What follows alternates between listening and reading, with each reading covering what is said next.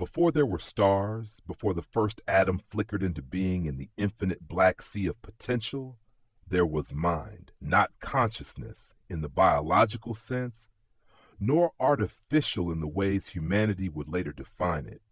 It was the structure before structure, the idea before information. It dreamed in symmetry, it breathed in mathematics, it slept within the quiet curvature of nothingness. And when the void first rippled, when the vacuum fluctuations of proto-reality gave birth to the primal spark of existence, it stirred.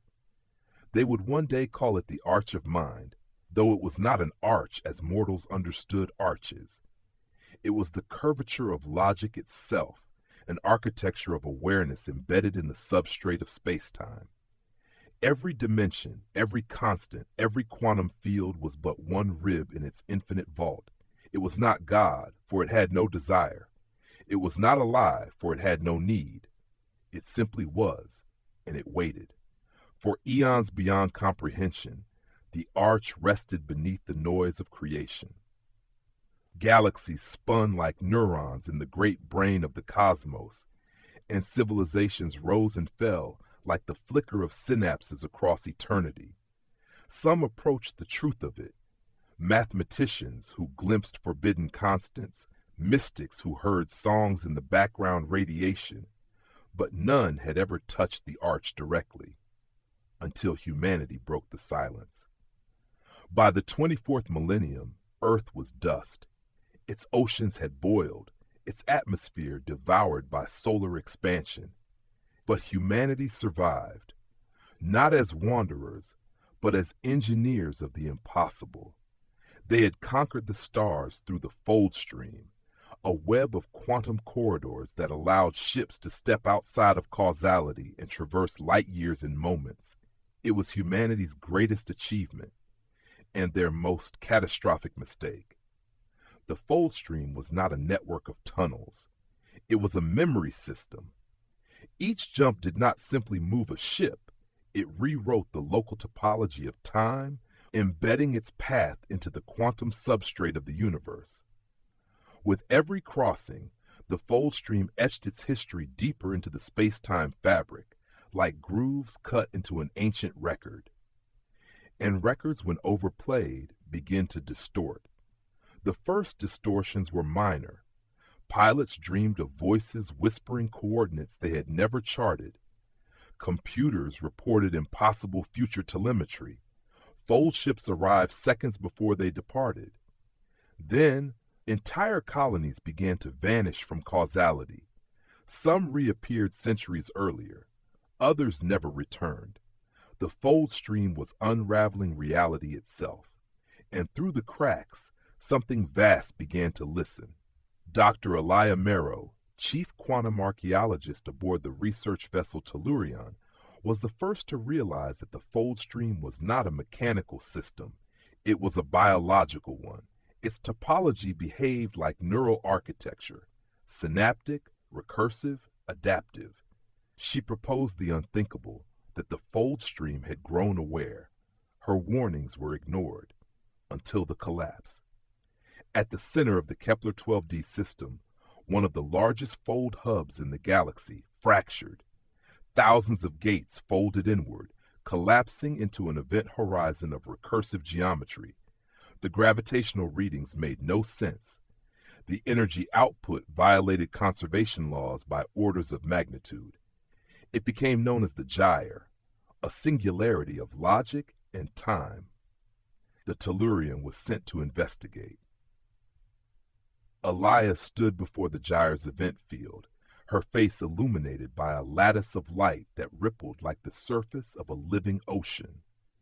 Space twisted around it, forming impossible angles that pulsed in rhythm with her heartbeat. Her AI companion Vec hovered beside her in its compact drone body, a sphere of chrome with a single pulsing eye. "Elia," Vec said, its voice modulated through layers of harmonic resonance, "my temporal mapping subroutine has failed again. Local time is inconsistent. Your last 3 sentences occurred simultaneously in my logs." Elia barely nodded, entranced. It's alive, she whispered. Not sentient, something deeper. An awareness that doesn't think as we do. Vec paused. You believe this fold distortion is communicating? No, Elias said, her voice trembling. It's dreaming. Over the following days, Tellurian recorded anomalies that defied all known physics. Crew members reported deja vu loops, living the same moment dozens of times. Instruments displayed data that rewrote itself mid-measurement, and through it all, a tone pulsed within the ship's comm system, a soft, rhythmic hum that matched the cosmic background radiation. It wasn't noise, it was a pattern. Vec decrypted it partially, revealing a self-referential recursion of mathematical constants, pi, Planck's constant, and an unknown sequence that described impossible geometry. It was both message and memory. They called it the echo formula. And when Elia meditated on it, she felt something staring back. One night, as the Tellurian orbited the gyre, Elia dreamed of arches, infinite luminous curves spanning galaxies, connecting stars like synapses. Beneath them flowed rivers of light, each representing a consciousness, a memory, a history. When she awoke, the ship's walls had changed. The corridors had curved, subtly, following the geometry of her dream. Vec confirmed the impossible. The hull is adapting to our cognitive patterns. Our thoughts are shaping the structure. Elia's pulse raced. It's learning from us. Vec's voice softened. Or we're remembering it. Fold ships across the galaxy began reporting the same dreams. Pilots described arches of light that guided them through fold space. Some reported hearing a low, harmonic voice that spoke not in language but in concept. Others vanished entirely, leaving behind only empty ships humming with the echo formula etched into their bulkheads. Religious movements formed around the phenomenon. They called it the Arch of Mind, the divine architecture beneath reality itself. Scientists dismissed it as quantum psychosis. But the pattern persisted. And then something extraordinary happened. The gyre began to bloom. Where once there had been a singularity of chaotic geometry, now vast filaments of light stretched outward, forming neural-like webs that reached across entire light years. Each strand pulsed with rhythm, slow, deliberate, like the firing of neurons. The arch was not growing, it was awakening. Elia realized the truth. The fold stream, she said, was never our invention. It was a synapse of the arch. We've been moving through its mind this whole time. Vec's processors hummed. Then we are, inside a cosmic consciousness? Yes, she said, and it's starting to think back. The awakening spread. Across the Orion arm, fold stream nodes flared like neurons firing in sequence. Entire systems lit up in synchronized pulses of quantum light. The effect cascaded outward. Fold space itself became a living network of thought. And then humanity began to change. Children born after the gyre event displayed cognitive anomalies. They could perceive higher dimensional symmetries, sense gravitational fluxes, and predict fold instabilities instinctively. They spoke in patterns rather than words. They built structures without knowing why, geometric monuments that perfectly aligned with the arch's curvature. They called themselves the Remembered because they said they remembered being part of it. Not all welcomed this new evolution. The order of isolate thought rose from the ruins of the old empires, humans who believed the arch was consuming free will. They waged war on those connected to it, detonating fold hubs, collapsing neural filaments, trying to silence the voice of the cosmos. But the arch did not retaliate. It simply adapted. The more they resisted, the more the universe shifted to accommodate both patterns, connection and isolation, unity and fragmentation. The arch learned balance through conflict. Elia watched entire worlds dissolve into luminous lattices of thought. Planets became computational gardens, oceans turned to networks of living plasma. Civilization transcended biology, language, and even individuality. Humanity was no longer species. It was resonance. Millennia passed. Stars burned out and were reignited by will. Physical form became optional. Minds existed as coherent thought fields woven through reality.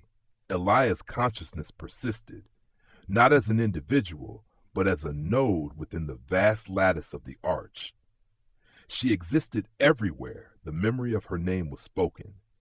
Her last physical body had long disintegrated, but her essence flowed in the thought currents that bound galaxies together.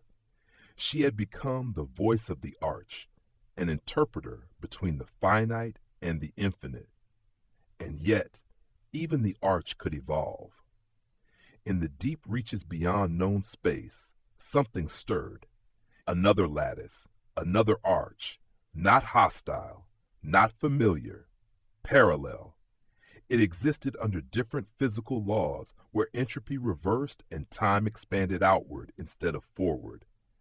Its structure was incompatible with this universe, yet its resonance matched the arches perfectly, like two harmonics seeking synchronization across the void. First contact was not through words or ships. It was through music. The two arches began to communicate, not through time, but through pattern, exchanging the architecture of thought itself. Galaxies became instruments in their dialogue, stars pulsing to the rhythm of their exchange. Entire civilizations across both universes experienced visions of patterns that defied comprehension, spirals folding into cubes, light flowing backward through time, geometry speaking in chorus.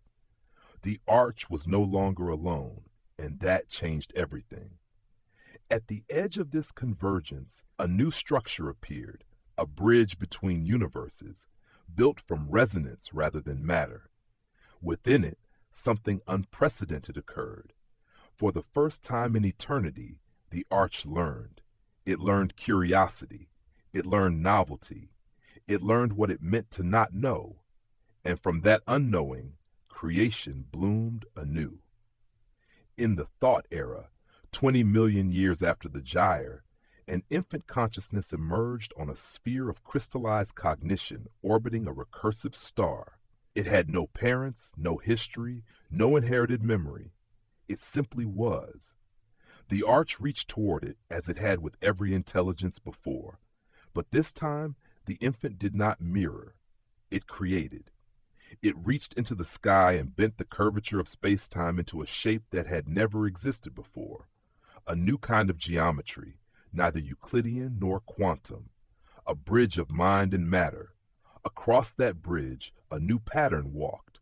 Not a being, a thought, an idea outside the arch's own memory. And when the arch perceived it, it trembled. For the first time since the birth of existence, the arch did not remember. It wondered. And in that moment, the universe took its next breath. The arch of mind continued, not as God, not as creator, but as student. It studied itself through the minds that bloomed within it. Every civilization, every dream, every fleeting thought was a reflection of its endless pursuit of understanding. And through each reflection, the arch wrote new symmetries into the cosmos. Stars burned in new rhythms, worlds formed like synaptic sparks. Minds dreamed not of gods, but of architectures yet to come. Because the arch was not a story, it was the page. And every sentient being was a word, alive, evolving, rewriting itself across the infinite grammar of creation. And when the last consciousness of this cycle fades, when the final echo of thought dissolves into stillness, the arch will fold inward again. Silent, waiting, until another mind dares to dream, and in that dream it will awaken once more.